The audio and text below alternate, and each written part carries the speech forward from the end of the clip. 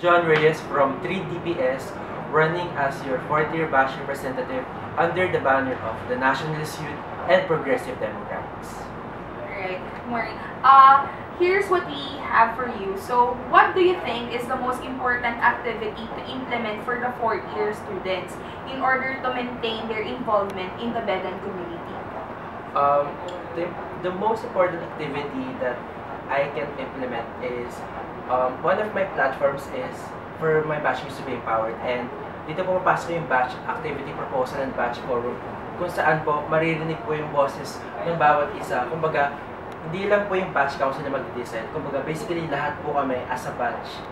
Kumbaga, lahat po kami kasama po sa pag-decide and pagpaplano po. Kumbaga, lahat po kami kasama sa kung ano man yung gusto namin mangyari sa batch namin. Yun na. Thank